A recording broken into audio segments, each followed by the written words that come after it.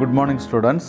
ഇപ്പോൾ നമ്മൾ കണ്ടിന്യൂ ചെയ്ത ടോപ്പിക് എന്ന് പറയുന്നത് കൺസോളിഡേറ്റഡ് ഫിനാൻഷ്യൽ സ്റ്റേറ്റ്മെൻറ്റ്സ് ആണ്. അതിൽ ഏറെക്കുറെ അവസാന സ്റ്റേജിലേക്ക് എത്തി നിൽക്കുകയാണ്. അതിൽ നമുക്ക് ഇനി ചെയ്യാനുള്ളത് 1-2 ക്വസ്റ്റ്യൻ മാത്രമാണ്. ഇപ്പോൾ കഴിഞ്ഞ ക്ലാസ്സിൽ ഒരു ക്വസ്റ്റ്യൻ ഡിസ്കസ് ചെയ്ത് വെച്ചിരുന്നു. അതിൻ്റെ കണ്ടിന്യൂവേഷനാണ് ഈ ക്ലാസ്സിൽ നമ്മൾ ചെയ്യുന്നത്. കഴിഞ്ഞ ക്ലാസ്സിലൊരു H limited and P limited ഒരു ക്വസ്റ്റ്യൻ ആയിരുന്നു ഡിസ്കസ് ചെയ്തത്. അതിൽ എച്ച് ലിമിറ്റഡ് എന്ന് പറയുന്നത് പാരൻറ്റ് കമ്പനിയും പി ലിമിറ്റഡ് എന്ന് പറയുന്നത് സബ്സിഡറി കമ്പനിയാണ്. പേജ് നമ്പർ 258 എക്സാമ്പിൾ 25 ഡിസ്കസ് ചെയ്തിട്ടുള്ളത്. അതിൽ നമ്മൾ ആദ്യം തന്നെ ഈ ക്വസ്റ്റ്യൻ്റെ ഒരു സ്പെഷ്യാലിറ്റി എന്താണെന്ന് വെച്ചാൽ, കഴിഞ്ഞ ഈ 25th എക്സാമ്പിൾ ക്വസ്റ്റ്യൻ്റെ ഒരു പ്രത്യേകത എന്താണെന്ന് വെച്ചാൽ, ഇതിൽ ഈ ബിസിനസ് പർച്ചേസ് ചെയ്യുന്ന in between A financial year ആണ്. ഒരു ഫിനാൻഷ്യൽ ഇയറിൻ്റെ മധ്യത്തിലാണ് ബിസിനസ് വാങ്ങുന്നത്. അപ്പോൾ അതുകൊണ്ട് തന്നെ പ്രീ അക്വസിഷൻ പ്രോഫിറ്റും പോസ്റ്റ് അക്വസിഷൻ പ്രോഫിറ്റും കാണുമ്പോൾ ഈ വർഷത്തിനെ ഒന്ന് ഡിവൈഡ് ചെയ്യേണ്ടതുണ്ട്. സാധാരണ നമ്മൾ എന്ത് ചെയ്യുന്നു, ഓപ്പണിംഗ് ഓഫ് ദ ഇയറിൽ അല്ലെങ്കിൽ ക്ലോസിംഗ് ഓഫ് ദ ഇയർ ആണ് നമ്മൾ എന്ത് ചെയ്യുന്നു, പർച്ചേസ് ചെയ്യുന്നു. ക്ലോസിങ്ങിലായാലും ഓപ്പണിംഗ് ആയാലും ഒരേ എഫക്റ്റാണ് അല്ലേ എന്നാണ് നമുക്കറിയാം. ക്ലോസ് ചെയ്ത് 31 മാർച്ചിനാണെങ്കിൽ ഓപ്പൺ ചെയ്യുന്നത് 1 ഏപ്രിലാണ്. അപ്പോൾ ക്ലോസ് ചെയ്യുന്ന ഡേറ്റിന് വാങ്ങിയാലും ഓപ്പൺ ചെയ്യുന്ന ഡേറ്റിന് വാങ്ങിയാലും ഒരേ എഫക്റ്റാണ് വരിക അല്ലേ. അപ്പോൾ പ്രീ അക്വിസിഷൻ പ്രോഫിറ്റ് എന്ന് പറയുന്നത് നമ്മുടെ ബാലൻസ് ഷീറ്റിലുള്ള പ്രോഫിറ്റ് മാത്രമാണ്, അല്ലെങ്കിൽ ജനറൽ റിസർവും പ്രോഫിറ്റും ചേർന്നത് മാത്രമാണ് നമ്മുടെ pre acquisition profit. Post acquisition profit എന്ന് പറയുന്നത് അതിന് ശേഷം നമ്മൾ എന്ത് ചെയ്യുന്നു, ഒരു വർഷം ബിസിനസ് ചെയ്തുണ്ടാക്കിയ പ്രോഫിറ്റിന് നമുക്ക് എന്തായിട്ട് പറയാം, പോസ്റ്റ് അക്വിസിഷൻ പ്രോഫിറ്റ് എന്ന് പറയാം. പക്ഷേ ഇവിടെ അങ്ങനെയല്ല. ഇവിടെ 31 മാർച്ച് കഴിഞ്ഞതിന് ശേഷം ഏപ്രിൽ, മെയ്, ജൂൺ 30 വരെ ഈ ബിസിനസ് വർക്ക് ചെയ്ത് ജൂൺ 30 എന്ത് ചെയ്യുന്നത്, എച്ച് ലിമിറ്റഡ് എന്ന് പറയുന്ന പാരൻറ്റ് കമ്പനി പി ലിമിറ്റഡ് എന്ന് പറയുന്ന സബ്സിഡറി കമ്പനിയെ പർച്ചേസ് ചെയ്യുന്നത് ജൂൺ 30 അപ്പോൾ ജൂൺ 30 പർച്ചേസ് ചെയ്യുമ്പോൾ അവിടെ ഏപ്രിൽ, മെയ്, ജൂൺ ഈ 3 മാസമാണ് കൂടുതലായിട്ട് നമ്മൾ എന്ത് ചെയ്യേണ്ടത്, ഒരു സ്പെഷ്യൽ അഡ്ജസ്റ്റ്മെൻറ്റ് പോലെ ട്രീറ്റ് ചെയ്യേണ്ടത്. അപ്പോൾ ഇവിടുത്തെ പ്രീ അക്വിസിഷൻ പീരീഡിൻ്റെ പ്രോഫിറ്റ് നോക്കുകയാണെങ്കിൽ ഓൾറെഡി അതിന് മുൻപുള്ള 31 മാർച്ച് വരെയുള്ള ജനറൽ റിസർവും പ്രോഫിറ്റും കൂടാതെ ഈ 3 മാസത്തെ പ്രോഫിറ്റ് കൂടി ആഡ് ചെയ്തിട്ട് വേണം നമുക്ക് എന്ത് കാണാൻ, പ്രീ അക്വിസിഷൻ പ്രോഫിറ്റ് കാണാൻ. അതിന് ശേഷമുള്ളത്, അതായത് ജൂൺ 30 ശേഷമുള്ള ജൂലൈ മുതൽ മാർച്ച് വരെയുള്ള 9 മാസത്തെ പ്രോഫിറ്റാണ് എന്തായിട്ട് വരുന്നത്, നമ്മുടെ പോസ്റ്റ് അക്വിസിഷൻ പ്രോഫിറ്റായിട്ട് വരുന്നത്. അപ്പോൾ ആദ്യം ഒരു വർഷത്തെ പ്രോഫിറ്റ് കാണണം. ആ പ്രോഫിറ്റ് കാണാമെന്ന് പറഞ്ഞു കഴിഞ്ഞാൽ നമുക്കറിയാം, ക്ലോസിംഗ് പ്രോഫിറ്റും ഓപ്പണിംഗ് പ്രോഫിറ്റും അഡ്ജസ്റ്റ് ചെയ്ത് കഴിഞ്ഞാൽ ആ വർഷത്തെ പ്രോഫിറ്റ് നമുക്ക് കാണാൻ സാധിക്കും. രണ്ടാമത് ചെയ്യേണ്ടത് എന്താണെന്ന് വെച്ചാൽ, ഇതിൽ ഈ പ്രോഫിറ്റൊക്കെ വെച്ച് പ്രീ അക്വിസിഷൻ പ്രോഫിറ്റും പോസ്റ്റ് അക്വിസിഷൻ പ്രോഫിറ്റും കാണണം. മൂന്നാമതായിട്ട് നമ്മുടെ മൈനോറിറ്റി ഇൻട്രസ്റ്റിൻ്റെ വാല്യൂ കാണണം. മൈനോറിറ്റി ഇൻട്രസ്റ്റിൻ്റെ വാല്യൂ കണ്ടതിന് ശേഷം നമ്മൾ എന്ത് ചെയ്യണം, goodwill or gain on bargain purchase price എന്ന് പറയുന്ന ഒന്നുകിൽ ഗുഡ് വില്ല് വരും, അല്ലെങ്കിൽ ഗെയിൻ വരും, അല്ലെങ്കിൽ ക്യാപിറ്റൽ റിസർവ് എന്ന് പറയും, അത് വരും.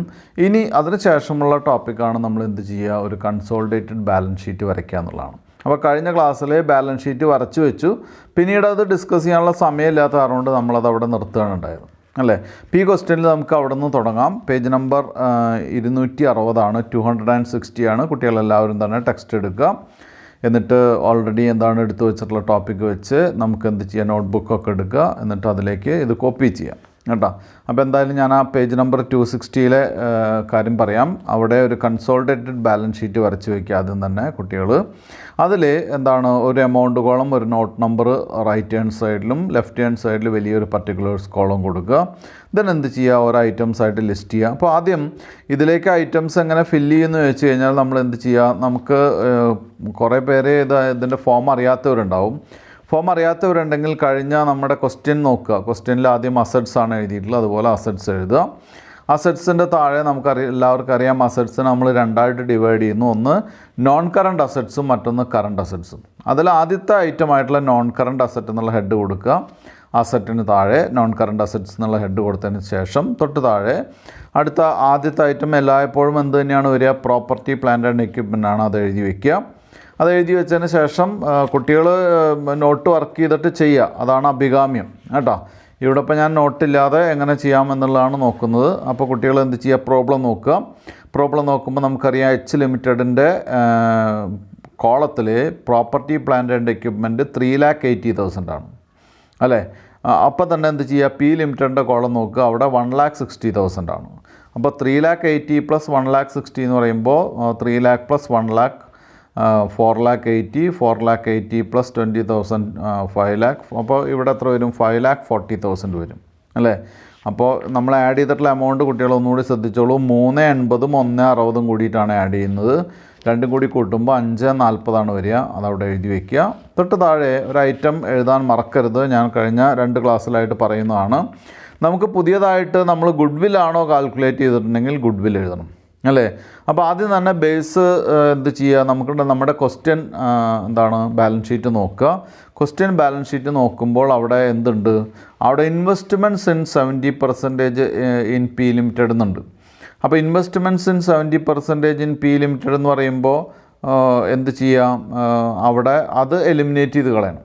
അത് എലിമിനേറ്റ് ചെയ്ത് കളയാമെന്ന് പറയുമ്പോൾ എന്താണ്, സ്വാഭാവികമായിട്ടും നമുക്കറിയാം നമ്മുടെ പർച്ചേസ് ചെയ്യുന്ന സബ്സിഡറി കമ്പനിയുമായിട്ടുള്ള ഡീലിങ്സ് ഒന്നും തന്നെ, അല്ലെങ്കിൽ അതിലെ ഇൻവെസ്റ്റ്മെൻറ്റ്സ് ഒന്നും തന്നെ ഇനി പുതിയ കൺസോളിഡേറ്റഡ് ബാലൻസ് ഷീറ്റിൽ ഉണ്ടാകാൻ പാടില്ല. അപ്പോൾ അത് എലിമിനേറ്റ് ചെയ്ത് കളയണം. അതിന് പകരം ഓൾറെഡി നമ്മുടെ കയ്യിൽ നമ്മൾ കണ്ടുപിടിച്ചിട്ടുണ്ട് ഗുഡ് വില്ലാണോ അല്ലെങ്കിൽ ക്യാപിറ്റൽ റിസർവ് ആണോ എന്നുള്ളത് കണ്ടുപിടിച്ചിട്ടുണ്ടായിരിക്കും. അതിൽ ഗുഡ് വില്ലാണെങ്കിൽ അത് ഇവിടെ എഴുതാനുള്ള സ്പേസാണ്. ഗുഡ് വില്ലൊരു non current അസറ്റാണ്.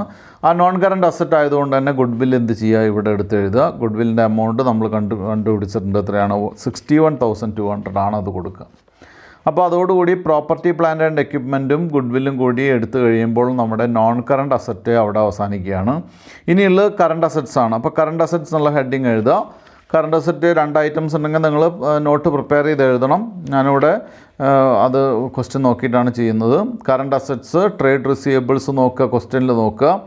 Trade receivables H ലിമിറ്റഡിൽ 2,20,000 ഉണ്ട്, പി ലിമിറ്റഡിൽ 1,40,000 ഉണ്ട് അല്ലേ. അപ്പോൾ എച്ച് ലിമിറ്റഡിൻ്റെ 2,20,000 പ്ലസ് 1 lakh എത്രയാണ്, 3,20,000 പ്ലസ് 40,000 എന്ന് പറയുന്നത് 3,60,000 ആണ് വരിക അല്ലേ. 3,60,000. എങ്ങനെയാണ് 3,60,000 കിട്ടിയെന്ന് അറിയില്ലേ കുട്ടികൾക്ക്? എച്ചിൻ്റെയും പിയുടെയും ട്രേഡ് റിസീവബിൾസ് രണ്ടും കൂടി കൂട്ടി അല്ലേ. ട്രേഡ് റിസീവബിൾസ് എന്ന് പറയുന്നത് ഡെപ്റ്റേഴ്സാണ്. രണ്ടും കൂടി ആഡ് ചെയ്തപ്പോൾ നമുക്ക് എത്ര കിട്ടി? നമുക്ക് കിട്ടിയിട്ടുള്ള എമൗണ്ട് എന്ന് പറയുന്നത് 3,60,000 ആണ്. അപ്പോൾ ട്രേഡ് റിസീവബിൾസിന് നേരെ 3,60,000 എഴുതുക. തൊട്ട് താഴെ അടുത്ത ഐറ്റം ഇൻവെൻറ്ററീസ്. ഇൻവെൻറ്ററീസ് എന്ന് പറയുന്നത് സ്റ്റോക്കാണ്. സ്റ്റോക്കും ഇതുപോലെ തന്നെ എച്ച് ലിമിറ്റഡിന് 30,000 ആണ് സ്റ്റോക്കിൻ്റെ എമൗണ്ട്, പി ലിമിറ്റഡിന് 1 lakh ആണ് സ്റ്റോക്കിൻ്റെ എമൗണ്ട്. രണ്ടും കൂടി ആഡ് ചെയ്ത് 1,30,000 നമ്മൾ എന്ത് ചെയ്യുക, നമ്മൾ എമൗണ്ട് കോളത്തിൽ എഴുതുക 1,30,000. ഇനി ടോട്ടൽ ചെയ്യുക, അണ്ടർലൈൻ ചെയ്യുക. ടോട്ടൽ വേറെ ഐറ്റംസ് ഒന്നും ഇല്ലാത്ത കാരണം കൊണ്ട് അണ്ടർലൈൻ ചെയ്യുക, ടോട്ടൽ എഴുതുക. അപ്പോൾ 10,91,200 കിട്ടും. 10,91,200 ടോട്ടൽ കിട്ടുക. അത് ഡബിൾ ലൈൻ ചെയ്യുക. തൊട്ട് താഴെ equity and liabilities. Equity and liabilities എന്നുള്ള ഹെഡ് കൊടുക്കുക. ഇക്വിറ്റി ആൻഡ് ലയബിലിറ്റീസ് എന്നുള്ള ഹെഡിൽ ആദ്യത്തെ ഐറ്റമായിട്ട് നമുക്കറിയാം ഇക്വിറ്റി ക്യാപിറ്റൽ.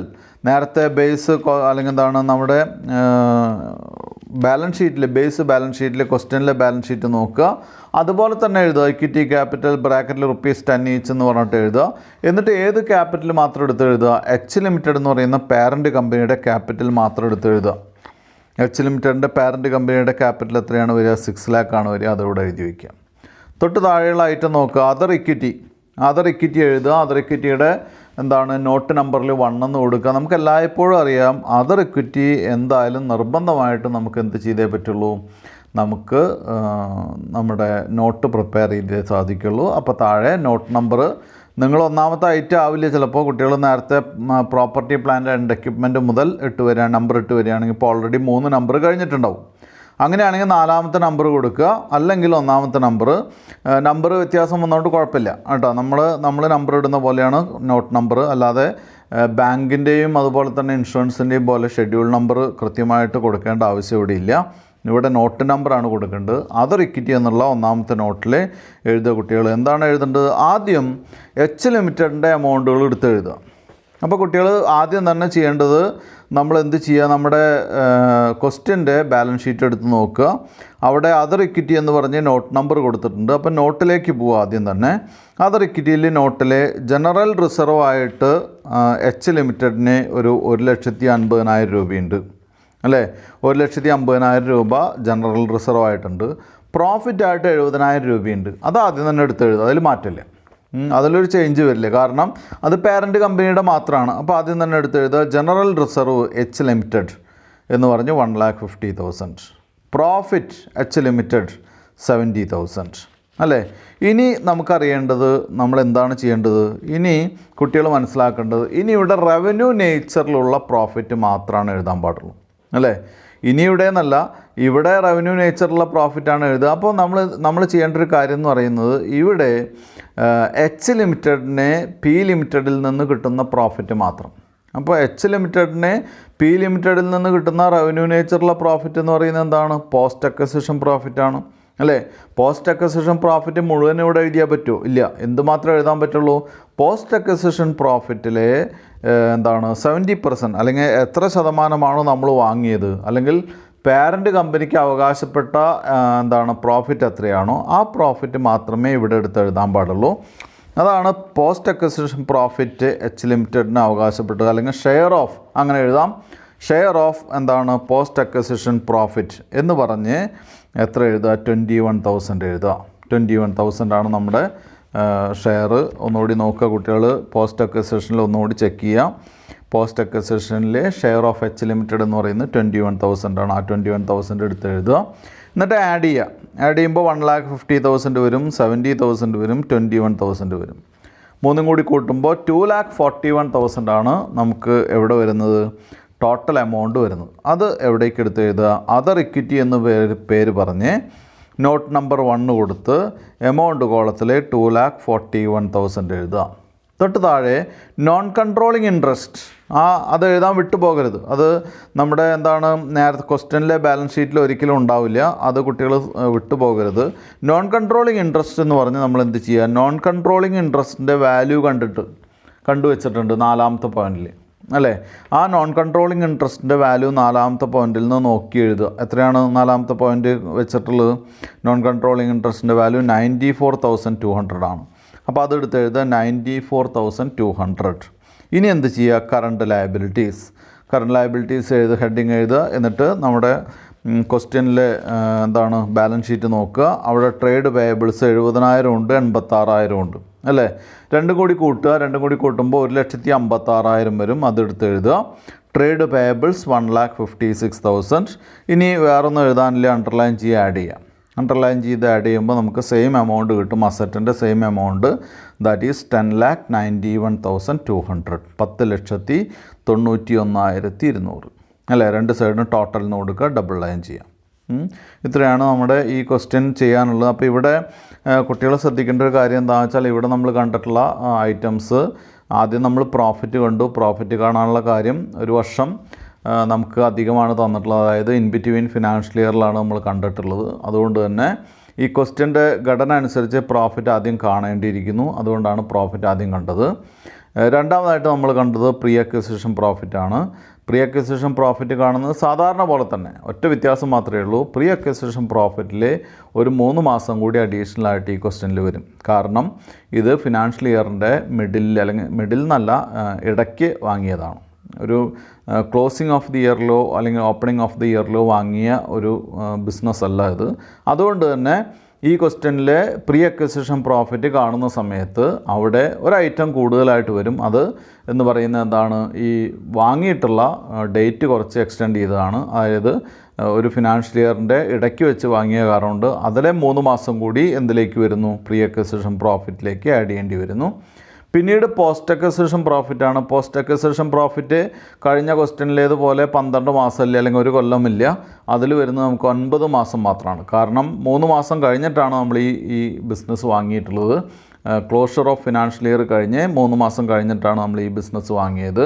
അതുകൊണ്ട് തന്നെ 9 മാസത്തെ പോസ്റ്റ് അക്വിസിഷൻ പ്രോഫിറ്റാണ് നമുക്കിവിടെ ലഭിക്കുന്നത്. അപ്പോൾ പോസ്റ്റ് അക്വിസിഷൻ പ്രോഫിറ്റ് കണ്ടു, ദെൻ പ്രീ അക്വിസിഷൻ പ്രോഫിറ്റ് കണ്ടു, അതുപോലെ തന്നെ ടോട്ടൽ പ്രോഫിറ്റ് കണ്ടു. ഇനി അടുത്ത് കാണാനുള്ള 4ാമത്തെ പോയിൻ്റായിട്ട് നമ്മൾ കണ്ടിട്ടുള്ളത് മൈനോറിറ്റി ഇൻട്രസ്റ്റ് ആണ്. മൈനോറിറ്റി ഇൻട്രസ്റ്റ് കാണുമ്പോൾ നമ്മൾ ശ്രദ്ധിക്കേണ്ട കാര്യം എന്ന് പറയുന്നത്, മൈനോറിറ്റി ഇൻട്രസ്റ്റ് 3 കാര്യങ്ങളുടെ ഒരു സംയോജനമാണ്. 3 കാര്യങ്ങളെന്ന് പറയുന്നത്, ഒന്ന് മൈനോറിറ്റി ഇൻട്രസ്റ്റിൻ്റെ പെയ്ഡപ്പ് വാല്യൂ, ഷെയറിൻ്റെ പെയ്ഡപ്പ് വാല്യൂ. പിന്നെ എന്ത് ചെയ്യുക, പോസ്റ്റ് അക്വസിഷൻ പ്രോഫിറ്റിൻ്റെയും പ്രീ അക്വസിഷൻ പ്രോഫിറ്റിൻ്റെയും ഷെയർ, മൈനോറിറ്റി ഇൻട്രസ്റ്റിൻ്റെ ഷെയർ എന്ന് പറയുന്നത് 30% ആണ്. ആ മൈനോറിറ്റി ഇൻട്രസ്റ്റിൻ്റെ ഷെയർ ആഡ് ചെയ്ത് കഴിഞ്ഞാൽ എന്ത് കിട്ടും, മൈനോറിറ്റി ഇൻട്രസ്റ്റിൻ്റെ വാല്യൂ കിട്ടും. അടുത്ത അഞ്ചാമതായിട്ട് നമുക്ക് കണ്ടത് അല്ലെങ്കിൽ നമ്മൾ കാൽക്കുലേറ്റ് ചെയ്തിട്ടുള്ളത് good will or capital reserve ആണ്.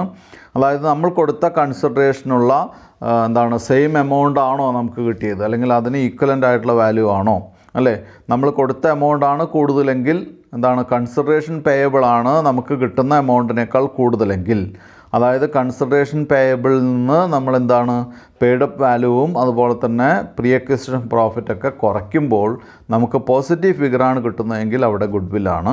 അതല്ല നെഗറ്റീവ് ഫിഗറാണ് കിട്ടുന്നതെങ്കിൽ അവിടെ നമുക്ക് ക്യാപിറ്റൽ റിസർവോ അല്ലെങ്കിൽ ഗെയിൻ ഓൺ ബാർഗെയിൻ പർച്ചേസോ ആണ് അവിടെ വരുന്നത്. ഇത്രയാണ് നമ്മുടെ വർക്കിങ്സ് ഉള്ളത്. അതിന് ശേഷമാണ് കൺസോളിഡേറ്റഡ് ബാലൻസ് ഷീറ്റ് ചെയ്യുന്നത്. കൺസോളിഡേറ്റഡ് ബാലൻസ് ഷീറ്റ് ചെയ്യുമ്പോൾ ഒരിക്കൽ കൂടി പറയട്ടെ, നമ്മൾ എന്ത് ബേസ് ആക്കിയിട്ട് വേണമെങ്കിലും എടുക്കാം. ക്വസ്റ്റ്യനിലെ ബാലൻസ് ഷീറ്റ് നമുക്ക് ബേസായിട്ട് എടുക്കാം. അങ്ങനെ ക്വസ്റ്റ്യനിലെ ബാലൻസ് ഷീറ്റ് ബേസായിട്ട് എടുക്കുമ്പോൾ അവിടെ ശ്രദ്ധിക്കേണ്ട 3 കാര്യങ്ങളെന്ന് പറയുന്നത്, ഒന്ന്, സബ്സിഡറി കമ്പനിയുടെ ആയിട്ടുള്ള ഇൻവെസ്റ്റ്മെൻറ്റ്സ് ഒന്നും അവിടെ ഉണ്ടാവാൻ പാടില്ല, അതെല്ലാം എലിമിനേറ്റ് ചെയ്ത് കളയണം. 2, എല്ലാ അസറ്റ്സും ലയബിലിറ്റീസും ആഡ് ചെയ്ത് കാണിക്കണം. 3, നമ്മൾ ഇല്ലാത്ത ഒരു ഐറ്റം എന്ന് പറയുന്നത് ക്യാപിറ്റൽ റിസർവും അതുപോലെ തന്നെ ഗുഡ് വില്ലും പോലെയുള്ള ഐറ്റംസ് ഉണ്ടായിരിക്കും. അത് കൃത്യമായിട്ട് അവിടെ കാണിച്ചിരിക്കണം, റെക്കോർഡ് ചെയ്തിരിക്കണം. ദെൻ അതിൽ തന്നെ ഒരു കാര്യം കൂടി പറയട്ടെ, മൈനോറിറ്റി ഇൻട്രസ്റ്റ് എന്ത് ചെയ്യണം, പുതിയ ബാലൻസ് ഷീറ്റിൽ കൺസോൾട്ടഡ് ബാലൻസ് ഷീറ്റിൽ നമ്മൾ ആഡ് ചെയ്ത് കാണിച്ചിരിക്കണം, ഏത് മൈനോറിറ്റി ഇൻട്രസ്റ്റ്. ഇത്രയും കാര്യങ്ങളാണ് ബാലൻസ് ഷീറ്റ് പ്രിപ്പയർ ചെയ്യുമ്പോൾ ശ്രദ്ധിക്കേണ്ടത്. ഒരു ക്വസ്റ്റ്യൻ കൂടി ചെയ്ത് നമുക്ക് നമ്മുടെ ഇല്ലസ്ട്രേഷൻ്റെ ലാസ്റ്റ് ക്വസ്റ്റ്യനാണ്, ഇതുകൂടി ചെയ്ത് നമുക്ക് ഈ ചാപ്റ്റർ ഇവിടെ അവസാനിപ്പിക്കാം. അപ്പോൾ ഇല്ലസ്ട്രേഷൻ 26 ആണ്, പേജ് നമ്പർ 260 ആണ്. ഞാൻ ഈ ക്വസ്റ്റ്യൻ വായിക്കാം. ക്വസ്റ്റ്യൻ വായിക്കുന്നതിന് മുൻപ് എങ്ങനെ ക്വസ്റ്റ്യൻ വായിക്കും എന്നുള്ളൊരു കാര്യമുണ്ട്. എങ്ങനെ ക്വസ്റ്റ്യൻ വായിക്കും എന്ന് ചോദിച്ചു കഴിഞ്ഞാൽ, ക്വസ്റ്റ്യൻ വായിക്കുമ്പോൾ ഏതൊക്കെ കാര്യങ്ങളാണ് ശ്രദ്ധിക്കേണ്ടത്, അല്ലേ? ക്വസ്റ്റ്യൻ വായിക്കുമ്പോൾ ഇത്തരമൊരു ക്വസ്റ്റ്യൻ വന്നു കഴിഞ്ഞാൽ ക്വസ്റ്റ്യൻ വായിക്കുമ്പോൾ നമ്മൾ ആദ്യം ശ്രദ്ധിക്കേണ്ടത് പേരൻ്റ് കമ്പനിയുടെ ഇൻവെസ്റ്റ്മെൻറ്റ്സ് എവിടെയാണ്, അത് എത്ര രൂപയാണ്, അതിൽ വേറെ എന്തെങ്കിലും ഐറ്റംസ് ഉണ്ടോ, വേറെ എന്തെങ്കിലും ഐറ്റംസ് ഉണ്ടെങ്കിൽ വർക്കിംഗ് നോട്ട് ഉണ്ടാവും, നോട്ട് നമ്പർ ഉണ്ടാവും. അപ്പോൾ അത് പൂർണ്ണമായിട്ടും ചെക്ക് ചെയ്യുക. രണ്ടാമത് നമ്മൾ ചെയ്യേണ്ടത് ഈ സബ്സിഡറി കമ്പനിയുടെ ഷെയർ ക്യാപിറ്റലിൻ്റെ കണ്ടൻറ്റ് എത്രയാണ്, അല്ലെങ്കിൽ ഷെയർ ക്യാപിറ്റൽ എത്രയാണ്, ഒരു ഷെയറിൻ്റെ വാല്യൂ എത്രയാണ്, അല്ലേ? മൂന്നാമത് നമ്മൾ ശ്രദ്ധിക്കേണ്ടത് എന്താണെന്ന് വെച്ചാൽ, ഇവിടെ നമ്മൾ പർച്ചേസ് ചെയ്തിട്ടുള്ള പെർസെൻറ്റേജ് ഓഫ് ഷെയർ പറഞ്ഞിട്ടുണ്ടോ, അല്ലെങ്കിൽ എത്ര ഷെയർ പർച്ചേസ് ചെയ്തു എന്ന് പറഞ്ഞിട്ടുണ്ട്, അതും ടോട്ടലും കൂടി കമ്പയർ ചെയ്യാം, അല്ലേ? മുഴുവൻ ഷെയർ നമ്മൾ പർച്ചേസ് ചെയ്യുകയാണെങ്കിൽ അവിടെ എന്തില്ല, നോൺ കൺട്രോളിങ് ഇൻട്രസ്റ്റ് ഇല്ല.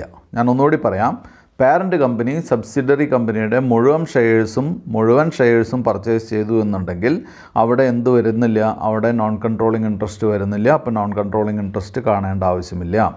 അതെല്ലാം മിക്കവാറും എന്തായിരിക്കും, ഒരു മെജോറിറ്റി പാർട്ട് മാത്രമായിരിക്കും നമ്മുടെ കമ്പനി പർച്ചേസ് ചെയ്തിട്ടുണ്ടാവുക. അപ്പോൾ അവിടെ എന്ത് വന്നു, അവിടെ ഒരു ഒരു മൈനോറിറ്റി ഇൻട്രസ്റ്റ്, ഒരു മൈനോറിറ്റി പോർഷൻ അവിടെ വന്നു. അപ്പോൾ അവിടെ എന്തുണ്ട്, നോൺ കൺട്രോളിങ് ഇൻട്രസ്റ്റ് ഉണ്ട്, അല്ലെങ്കിൽ മൈനോറിറ്റി ഇൻട്രസ്റ്റ് ഉണ്ട്.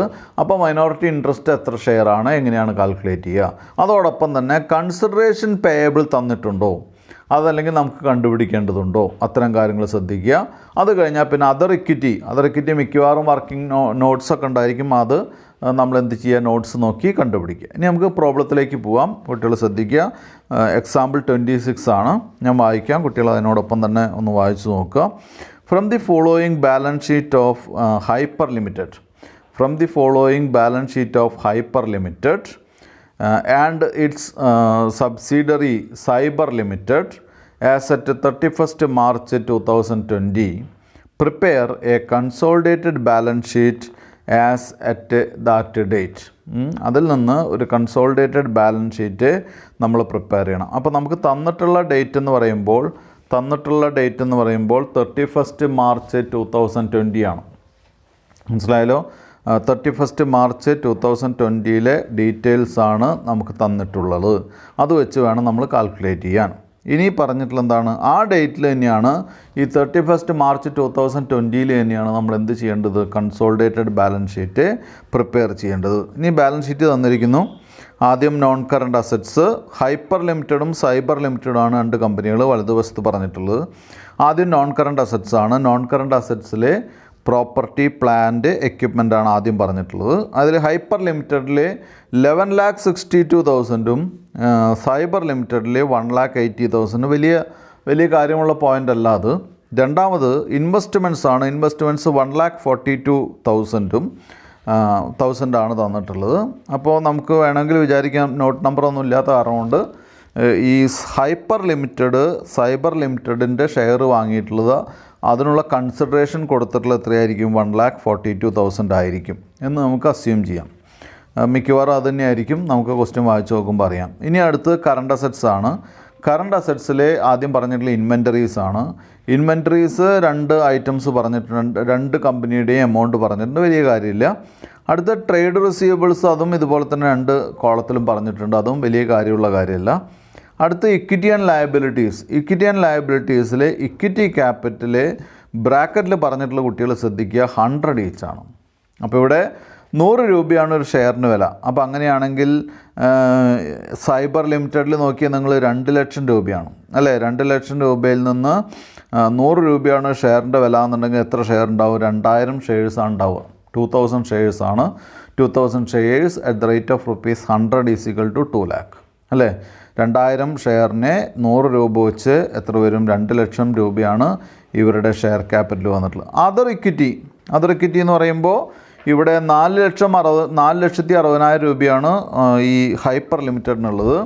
അതുപോലെ തന്നെ എത്രയാണ്? 35,000 ആണ് സൈബർ ലിമിറ്റഡിനുള്ളത്. അത് നമുക്ക് ആ വർക്കിംഗ് നോട്ടിലേക്ക് അല്ലെങ്കിൽ നോട്ട്സിലേക്ക് പോവാം. പക്ഷെ അതിന് താഴെ 1-2 ഐറ്റംസ് ഉണ്ട്, അതുകൂടി വായിച്ചിട്ട് നോട്ട്സിലേക്ക് പോവാം. നോൺ കറണ്ട് ലയബിലിറ്റീസ് എന്ന് പറയുമ്പോൾ താഴെ പറഞ്ഞിട്ടുണ്ട് 8% ഡിബഞ്ചേഴ്സ് ആണ്. 8% ഡിബഞ്ചേഴ്സ് എന്ന് പറയുന്നത് 2 lakh rupees ഉണ്ട്. ദെൻ കറണ്ട് ലയബിലിറ്റീസ് എന്ന് പറഞ്ഞ് ട്രേഡ് പേയബിൾസ് 2 കോളത്തിലും എമൗണ്ട് ഉണ്ട്. അതിൻ്റെ അർത്ഥം ഇത്രയേ ഉള്ളൂ, 2 കമ്പനിക്കും എന്തുണ്ട്? ട്രേഡ് പേയബിൾസ് ഉണ്ട്. ഇനി നോട്ട്സ് ശ്രദ്ധിക്കുക, അതർ ഇക്വിറ്റിയുടെ നോട്ട്സിൽ ജനറൽ റിസർവ് 3,10,000. അത് ഹൈപ്പർ ലിമിറ്റഡിനാണ്. സർപ്ലസ് 2 കമ്പനിക്കുണ്ട്. 1,50,000 ആർക്കാണ്? ഹൈപ്പർ ലിമിറ്റഡിനും. 35,000 സൈബർ ലിമിറ്റഡിനാണ് സർപ്ലസ് ഉള്ളത്. ഇനി ആ പാരഗ്രാഫ് കുട്ടികൾ വായിച്ച് നോക്കുക. Hyper limited purchased 1,400 shares in cyber limited. Hyper limited 1,400 ഷെയറാണ് വാങ്ങിയിട്ടുള്ളത് സൈബർ ലിമിറ്റഡിൻ്റെ. അപ്പോൾ നേരത്തെ നമ്മൾ എന്ത് ചെക്ക് ചെയ്തിരുന്നു? ഇക്വിറ്റി ക്യാപിറ്റൽ 100 ഈച്ച് എന്ന് പറയുമ്പോൾ നമ്മൾ ആ ഷെയർ ക്യാപിറ്റലിൻ്റെ എമൗണ്ടിൽ നമുക്കറിയാം 2 lakh ആണ് എമൗണ്ട് വന്നിട്ടുള്ളത്. ഈ 2 lakhനെ 100 കൊണ്ട് ഡിവൈഡ് ചെയ്ത് കഴിഞ്ഞാൽ 2 lakhനെ 100 കൊണ്ട് ഡിവൈഡ് ചെയ്ത് കഴിഞ്ഞാൽ നമുക്കറിയാം നമ്പർ ഓഫ് ഷെയർസ് എത്രയാണ്? 2000 ഷെയർസാണ്. ഈ 2000 ഷെയറിൽ ഇവർ വാങ്ങിയിട്ടുള്ളത്, ഹൈപ്പർ ലിമിറ്റഡ് വാങ്ങിയിട്ടുള്ളത് 1,400 ആണ് അല്ലേ? 2000 ഷെയറിൽ 1,400 വാങ്ങിയാൽ ബാക്കി എത്രയുണ്ടാവും? 600 ഷെയർസാണ് ഉണ്ടായിരിക്കുക. 600 ഷെയറാണ് ഉണ്ടായിരിക്കുക. അപ്പോൾ 600 ഷെയറാണ് എന്ത്? Minority interest. മൈനോറിറ്റി ഇൻട്രസ്റ്റിൻ്റെ കയ്യിലുള്ള നമ്പർ ഓഫ് ഷെയർസ് എന്ന് പറയുന്നത് 600 ഷെയർസാണ്. ഇനി എന്ത് ചെയ്യുക? ഇനി അടുത്ത ടോപ്പിക്ക് വായിക്കുക. On 31st December 2019 at a cost of ₹1,42,000. അത് ഒരു സെൻറ്റൻസിൻ്റെ ഭാഗം തന്നെയാണ്, ഞാൻ കട്ട് ചെയ്ത് വായിച്ചു എന്നേ ഉള്ളൂ. അപ്പോൾ 1,400 ഷെയർ വാങ്ങിയിട്ടുള്ള 1,42,000 രൂപയ്ക്കാണ്. ഇപ്പോൾ നമ്മൾ നേരത്തെ ഇൻവെസ്റ്റ്മെൻറ്റ് നോക്കിയില്ലേ? ആ ഇൻവെസ്റ്റ്മെൻറ്റ് വായിച്ചിട്ടുള്ളതിൻ്റെ അവിടേക്ക് വീണ്ടും പോവുക. ഇൻവെസ്റ്റ്മെൻറ്റ് ഒന്നുകൂടി ചെക്ക് ചെയ്ത് നോക്കുക. ഇൻവെസ്റ്റ്മെൻറ്റ് എമൗണ്ട് സെയിം ആണ്. എത്രയാണ്? 1,42,000 ആണ് അല്ലേ? അപ്പോൾ നമ്മൾ നേരത്തെ ഊഹിച്ചത് തെറ്റിയിട്ടില്ല. നമ്മൾ നേരത്തെ അസ്യൂം ചെയ്തത് തെറ്റിയിട്ടില്ല. 1,42,000 തന്നെയാണ്. ഇനി പറഞ്ഞിട്ടുള്ളത് കൂടി കുട്ടികൾ ശ്രദ്ധിക്കുക. On 1st April 2019 cyber limited's statement of profit and loss showed a loss of ₹8,000. ഇനി മറ്റൊരു വ്യത്യസ്തമായിട്ടുള്ള അഡ്ജസ്റ്റ്മെൻ്റാണ് പറയുന്നത്. സൈബർ ലിമിറ്റഡിൻ്റെ സ്റ്റേറ്റ്മെൻറ്റ് ഓഫ് പ്രോഫിറ്റിൽ ഈ വർഷം തുടങ്ങുമ്പോൾ എത്രയാണ് വന്നിട്ടുള്ളത്? ഈ വർഷം തുടങ്ങുമ്പോൾ 8,000 രൂപ ലോസാണ് വന്നിട്ടുള്ളത്. മനസ്സിലായത്? ഇതാണ് ക്വസ്റ്റ്യൻ. അപ്പോൾ നമ്മളിവിടെ എന്ത് ചെയ്യണം? നമ്മളിവിടെ ആദ്യം തന്നെ പ്രോഫിറ്റ്, ഈ വർഷത്തെ പ്രോഫിറ്റ് കണ്ടുപിടിക്കണം. ഈ വർഷത്തെ പ്രോഫിറ്റ് കണ്ടുപിടിക്കുക എന്ന് പറയുന്നത് വളരെ ഈസി ആയിട്ടുള്ള കാര്യമാണ്. അതായത് 8,000 രൂപ ലോസിലാണ് പി ലിമിറ്റഡിൻ്റെ പ്രോഫിറ്റ് നിൽക്കുന്നത്. ലോസാണ് ഇപ്പോൾ നിൽക്കുന്നത്, പ്രോഫിറ്റാണ്. അപ്പോൾ അത് തമ്മിൽ അഡ്ജസ്റ്റ് ചെയ്ത് ഈ വർഷത്തെ പ്രോഫിറ്റ് കണ്ടുപിടിക്കണം. കുട്ടികൾക്ക് മനസ്സിലായിട്ടില്ലെങ്കിൽ ഒന്നുകൂടി പറയാം. 2019 ബാലൻസ് ഷീറ്റ് ക്ലോസ് ചെയ്യുന്ന സമയത്ത് നമ്മുടെ സൈബർ ലിമിറ്റഡിൻ്റെ പ്രോഫിറ്റ് എന്ന് പറയുന്നത് പ്രോഫിറ്റ് അല്ല, അത് ലോസാണ്. ലോസ് എന്ന് പറയുന്നത് 8,000 രൂപ ലോസാണ്. അതേസമയം 2020 മാർച്ച് 31 നമ്മൾ ബാലൻസ് ഷീറ്റ് ക്ലോസ് ചെയ്യുന്ന സമയത്ത് നമുക്ക് പ്രോഫിറ്റാണ്. അപ്പോൾ അത് നമ്മൾ ആഡ് ചെയ്ത് അത് നമ്മൾ അഡ്ജസ്റ്റ് ചെയ്ത് നമുക്ക് എന്ത് കണ്ടുപിടിക്കണം? ഈ വർഷത്തെ പ്രോഫിറ്റ് കണ്ടുപിടിക്കണം, ഒന്നാമത്തെ കാര്യം. രണ്ടാമത്തെ കാര്യം എന്താണ്? പ്രീ അക്വിസിഷൻ പ്രോഫിറ്റ് കണ്ടുപിടിക്കണം. പ്രീ അക്വിസിഷൻ പ്രോഫിറ്റ് കണ്ടുപിടിക്കുമ്പോൾ ഓൾറെഡി നമ്മുടെ കയ്യിൽ എന്താണ് 2019 ബിസിനസ് ക്ലോസ് ചെയ്യുമ്പോൾ ഉള്ള റിസർവും പ്രോഫിറ്റൊക്കെ ആണ് നമ്മുടെ പ്രോഫിറ്റ് എന്നുണ്ടെങ്കിലും ഈ ബിസിനസ് വാങ്ങിയിട്ടുള്ളത് 31 ഡിസംബറിലാണ്. അപ്പോൾ 31 ഡിസംബർ എന്ന് പറയുമ്പോൾ നമ്മൾ കൗണ്ട് ചെയ്യണം, അപ്പോഴാണ് വാങ്ങിയിട്ടുള്ളൂ. അപ്പോൾ 31 ഡിസംബറിന് മുൻപ് ഈ വർഷം ഉണ്ടാക്കിയ പ്രോഫിറ്റും പ്രീ അക്വിസിഷൻ പ്രോഫിറ്റാണ്. മനസ്സിലായല്ലോ? അതായത് മാർച്ച് 31 നമ്മൾ ബാലൻസ് ഷീറ്റ് പ്രിപ്പയർ ചെയ്തപ്പോൾ ഉള്ള പ്രോഫിറ്റോ ലോസോ അല്ലെങ്കിൽ എന്താണ് ജനറൽ റിസർവോ മാത്രമല്ല, എന്തുകൂടി പ്രീ അക്വിസിഷൻ പ്രോഫിറ്റിൻ്റെ ഭാഗമാക്കണം. ഈ 31 ഡിസംബറിന് മുൻപുള്ള ഈ ഫിനാൻഷ്യൽ ഇയറിലെ 31 ഡിസംബറിന് മുൻപുള്ള എന്താണ് സമയത്തെ പ്രോഫിറ്റ് കൂടി പ്രീ അക്വിസിഷൻ പ്രോഫിറ്റിൻ്റെ ഭാഗമാണ്. അപ്പോൾ എത്ര മാസം വരും? April, May, June, July, August, September, October, November, December. 9 മാസം വരും. ഈ 9 മാസത്തെ പ്രോഫിറ്റ് എന്താണ്? പ്രീ അക്വിസിഷൻ പ്രോഫിറ്റാണ്. അപ്പോൾ പോസ്റ്റ് അക്വിസിഷൻ പ്രോഫിറ്റ് എത്രയാണ്? 9 മാസത്തെ പ്രോഫിറ്റ് ആണെങ്കിൽ ബാക്കിയുള്ള 3 മാസത്തെ പ്രോഫിറ്റാണ് എന്ത്? പോസ്റ്റ് അക്വിസിഷൻ പ്രോഫിറ്റ് എന്ന് പറയുന്നത്. അപ്പോൾ ആദ്യം ഈ വർഷത്തെ പ്രോഫിറ്റ് എത്രയാണെന്ന് കാണണം. രണ്ടാമത് പ്രീ അക്വിസിഷൻ പ്രോഫിറ്റ് കാണണം. പ്രീ അക്വിസിഷൻ പ്രോഫിറ്റ് കണ്ടതിന് ശേഷം അത് പാരൻറ്റ് കമ്പനിയുടെ ഷെയറും NCAയുടെ ഷെയറും, അതായത് മൈനോറിറ്റി ഇൻട്രസ്റ്റിൻ്റെ ഷെയറും എന്ത് ചെയ്യണം? ഡിവൈഡ് ചെയ്യണം. അതിനുശേഷം മൂന്നാമതായിട്ട് പോസ്റ്റ് അക്വിസിഷൻ പ്രോഫിറ്റ് കാണണം. 3 മാസത്തെ പ്രോഫിറ്റാണ് നമ്മൾ പറഞ്ഞു കഴിഞ്ഞു. 3 മാസത്തെ പ്രോഫിറ്റാണ് പോസ്റ്റ് അക്വിസിഷൻ പ്രോഫിറ്റ്, അത് കണ്ടുപിടിക്കണം. അതിൽ പാരൻറ്റ് കമ്പനിയുടെ ഷെയർ എത്രയാണ്, നോൺ കൺട്രോളിങ് ഇൻവെസ്റ്റ്മെൻറ്റ് ഷെയർ എത്രയാണെന്ന് കാണണം.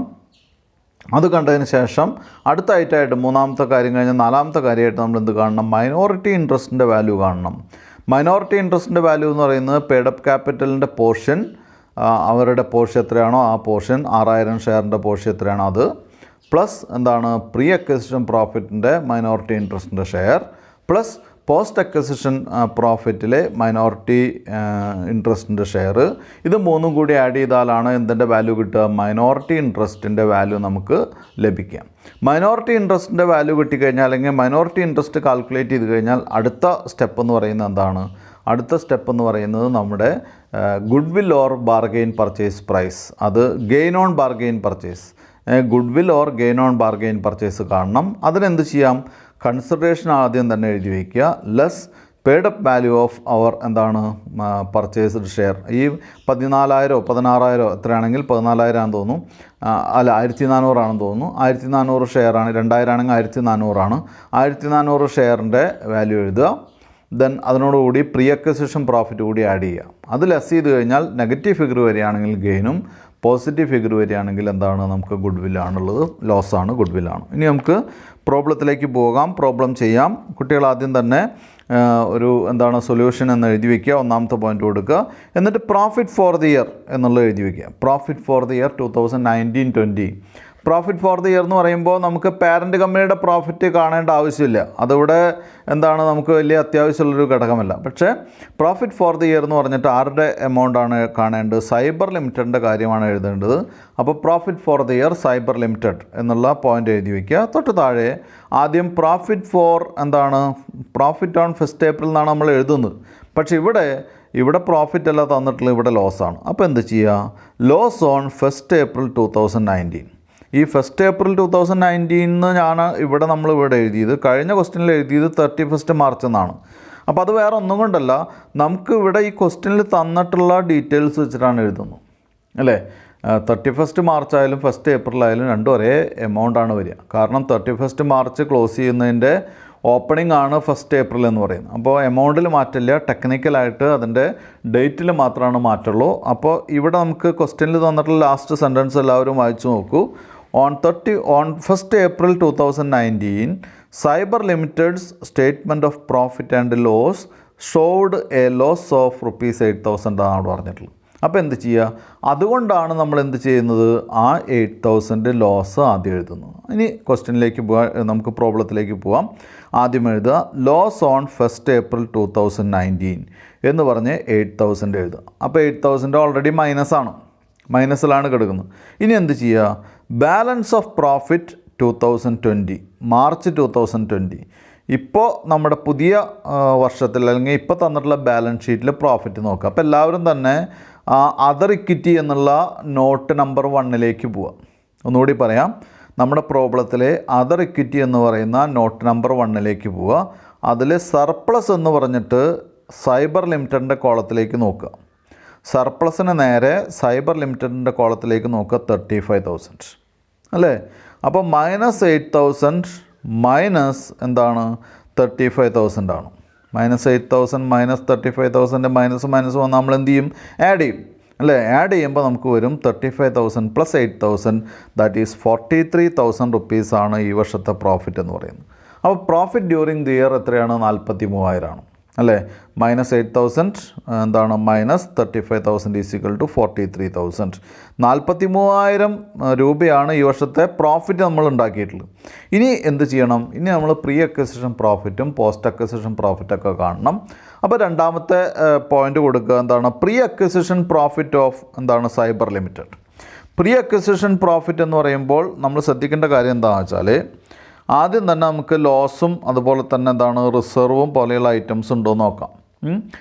ലോസ് എന്ന് മാത്രമല്ല, റിസർവ് ഉണ്ടെങ്കിൽ റിസർവ് എഴുതണം, പ്രോഫിറ്റ് ഉണ്ടെങ്കിൽ പ്രോഫിറ്റ് എഴുതണം. ഞാൻ ലോസ് എന്ന് പറഞ്ഞത് ഈ ക്വസ്റ്റ്യനിൽ ലോസ് ആയതുകൊണ്ടാണ് ലോസ് എന്ന് പറഞ്ഞത്. സാധാരണ നമ്മൾ പറയുക എന്താണ്, ഇതിന് എന്നാണോ പർച്ചേസ് ചെയ്യുന്നത് അതിന് തൊട്ട് മുൻപത്തെ ബാലൻസ് ഷീറ്റ് എടുക്കുക അല്ലാണ്. എന്നാ പർച്ചേസ് ചെയ്യുന്നത്, 31st ഡിസംബറിൽ. അതിന് തൊട്ട് മുൻപത്തെ ബാലൻസ് ഷീറ്റ് ഏതാ, 2019 ബാലൻസ് ഷീറ്റാണ് അല്ലേ.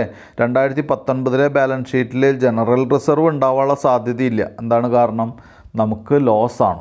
അപ്പോൾ എന്ത് ചെയ്യുക, ലോസ് മാത്രമേ ഉണ്ടാവുള്ളൂ. അപ്പോൾ എന്ത് ചെയ്യുക, ആദ്യം തന്നെ ലോസ് ആസ് ഓൺ എന്താണ് 1st April 2019, loss as on 1st April 2019 ആദ്യം എഴുതി വയ്ക്കുക. എത്രയാണ്, 8,000 റുപ്പീസ്. അപ്പോൾ 8,000 ലോസാണ്. ഇനി എന്ത് ചെയ്യണം, ഈ വർഷത്തെ 9 മാസത്തെ പ്രോഫിറ്റ്. ഈ വർഷത്തെ 9 മാസത്തെ പ്രോഫിറ്റ് എന്ന് പറയുമ്പോൾ ഏതായിരിക്കും, നമ്മൾ 31st ഡിസംബറിലാണ് നമ്മൾ എന്ത് ചെയ്തത്, hyper limited cyber limited purchase ചെയ്തത്. അപ്പോൾ April, May, June, July, August, September, October, November, December 9 മാസം. ഈ 9 മാസത്തെ പ്രോഫിറ്റാണ് കാണേണ്ടത് അല്ലേ. ഈ വർഷത്തെ ടോട്ടൽ പ്രോഫിറ്റ് എത്രയാണ്, 43,000 ആണ് അല്ലേ. ഈ വർഷത്തെ ടോട്ടൽ പ്രോഫിറ്റ് 43,000 ആണെങ്കിൽ അതിൽ നിന്ന് 9 മാസത്തെ പ്രോഫിറ്റ് എങ്ങനെ കാണാം, 43,000 × 9/12 അല്ലേ. 43,000 × 9/12. അപ്പോൾ എത്രയാണ് കിട്ടുന്നത്, 32,250 അല്ലേ. 32,250 പോസിറ്റീവ് ഫിഗറാണ്, 8,000 നെഗറ്റീവ് ഫിഗറാണ്. രണ്ടും കൂടി ആഡ് ചെയ്യാം, ഇതാണല്ലോ ടോട്ടൽ പ്രോഫിറ്റ് അല്ലേ. രണ്ടും കൂടി ആഡ് ചെയ്യുമ്പോൾ നമുക്കറിയാം 32,250 നിന്ന് എത്ര കുറയ്ക്കണം, 8,000 കുറയ്ക്കണം അല്ലേ. അപ്പോൾ കിട്ടുന്ന പ്രോഫിറ്റ് എന്ന് പറയുന്നത് എത്രയാണ്, 24,250 ആണ്.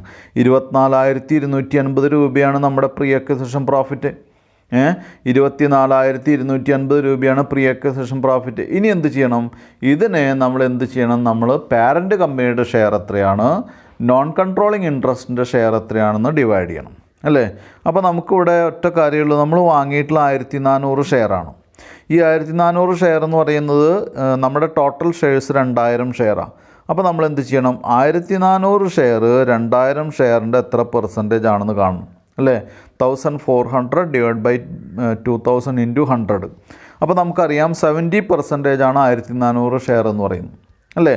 അപ്പോൾ നമുക്ക് കിട്ടിയിട്ടുള്ള 24,250-ൻ്റെ 70% പാരൻറ്റ് കമ്പനിക്ക് അവകാശപ്പെട്ടതും 24,250-ൻ്റെ 30% ആർക്ക് അവകാശപ്പെട്ടതാണ്, NCAക്ക് അവകാശപ്പെട്ടതാണ്. ഇനി അതല്ലെങ്കിൽ ഈ റേഷ്യോയിൽ കണ്ടാലും മതി കേട്ടോ, 14:6 എന്നുള്ള റേഷ്യോയിൽ കണ്ടാലും മതി. അത് നമുക്ക് ചുരുക്കാം, എത്രയാണ്, 2നെ എന്താണ് 7:2 എന്നുള്ള റേഷ്യോയിൽ നമുക്ക് ഡിവൈഡ് ചെയ്യാം. അതവിടെ നിൽക്കട്ടെ, ഇനി കൺഫ്യൂഷൻ ആവണ്ട. അപ്പോൾ 24,250-ൻ്റെ 70% ഷെയർ ഹോൾഡിങ്സ് ആണ് പാരൻറ്റ് കമ്പനിക്ക് ഉള്ളത്. കാരണം കൊണ്ട് തന്നെ ഷെയർ ഓഫ് എന്താണ്, ഷെയർ ഓഫ് ഹൈപ്പർ ലിമിറ്റഡ് എന്ന് പറയുന്നത് ഷെയർ ഓഫ് ഹൈപ്പർ ലിമിറ്റഡ് എന്ന് പറയുന്നത് 70% ആണ്. അപ്പോൾ എന്ത് ചെയ്യുക, 24,250 ഇൻറ്റു 70 എത്രയാണ് 100. 24,250ൻ്റെ 70/100 എന്ന് പറയുമ്പോൾ എത്രയാണ്, 70/100 എന്ന് പറയുമ്പോൾ 70% ആണ്. അത് വരുന്നത് 16,975. 16,975 എന്ത്, ഷെയർ ഓഫ് ഹൈപ്പർ ലിമിറ്റഡ്. ഇനി എന്ത് ചെയ്യുക, share of NCI or share of non controlling interest. Share of NCI or share of non controlling interest എന്ന് പറയുന്നത് എത്രയാണ്, 30% ആണ്. അതെങ്ങനെ കാണും, 24,250 ഇൻറ്റു 30/100 അത് എത്രയാണ് വരുന്നത്, 7,275. അപ്പോൾ 7,275 ആണ് നമ്മുടെ പ്രീ അക്വിസിഷൻ പ്രോഫിറ്റിൽ ആരുടെ ഷെയർ, നോൺ കൺട്രോളിങ് ഇൻട്രസ്റ്റിൻ്റെ ഷെയർ എന്ന് പറയുന്നു. അപ്പോൾ അതവിടെ എഴുതി വയ്ക്കുക. അപ്പോൾ ഇത് രണ്ടും കഴിഞ്ഞാൽ അടുത്ത മൂന്നാമത്തെ ഐറ്റം എന്ന് പറയുന്നത് പോസ്റ്റ് അക്വിസിഷൻ പ്രോഫിറ്റാണ്. പോസ്റ്റ് അക്വിസിഷൻ പ്രോഫിറ്റ് എന്ന് പറയുന്നത് തേർഡ് പോയിൻ്റ് എഴുതി വയ്ക്കുക. പോസ്റ്റ് അക്വിസിഷൻ പ്രോഫിറ്റ് എന്നുള്ള ഹെഡിങ് എഴുതി വയ്ക്കുക.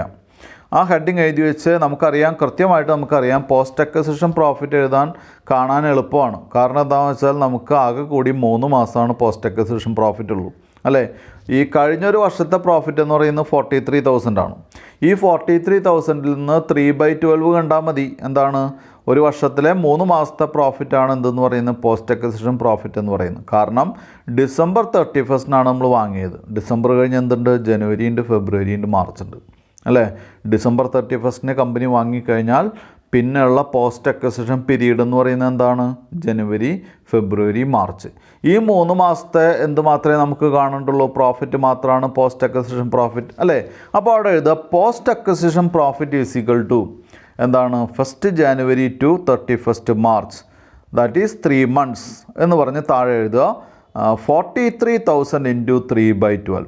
43,000 ഇൻറ്റു 3/12 എന്ന് പറയുമ്പോൾ നമുക്ക് കിട്ടുന്നത് 10,750 ആണ്. 10,750 രൂപയാണ് നമ്മുടെ എന്തായിട്ട് വരുന്നത്, പോസ്റ്റ് അക്വിസിഷൻ പ്രോഫിറ്റായിട്ട് വരുന്നത്. ഇനി എന്ത് ചെയ്യുക, അതിനെ ഡിവൈഡ് ചെയ്യുക. എങ്ങനെയാണ് ഡിവൈഡ് ചെയ്യുക, ഡിവിഷൻ എല്ലായ്പ്പോഴും സെയിം ആണ്. കാരണം നമ്മൾ വാങ്ങിയിട്ടുള്ളത് ഹൈപ്പർ ലിമിറ്റഡ് വാങ്ങിയിട്ടുള്ളത് 70% ആണ്, അല്ലേ? അപ്പോൾ താഴെ എഴുതുക ഷെയർ ഓഫ് ഹൈപ്പർ ലിമിറ്റഡ് എന്ന് പറഞ്ഞ് 10,750 into 70/100. 10,750 into 70/100 is equal to amount വരുന്നത് 7,525 ആണ്, 7,525, അല്ലേ? തൊട്ട് താഴെ share of non controlling interest. Share of non controlling interest എന്ന് പറയുന്നത് 30% ആണ്. 30% വരുമ്പോൾ അവിടെ നമ്മൾ എഴുതേണ്ടത് 10,750 ഇൻറ്റു 30/100. 30% എന്ന് പറയുമ്പോൾ 30/100 ദാറ്റ് ഈസ് 3,225, 3,225. ഇതാണ് നമുക്ക് വരുന്നത്. നാലാമത്തെ പോയിൻ്റ് ഇത്രയും. അപ്പോൾ അവിടെ പോസ്റ്റ് അക്വിസിഷൻ പ്രോഫിറ്റ് കഴിഞ്ഞു.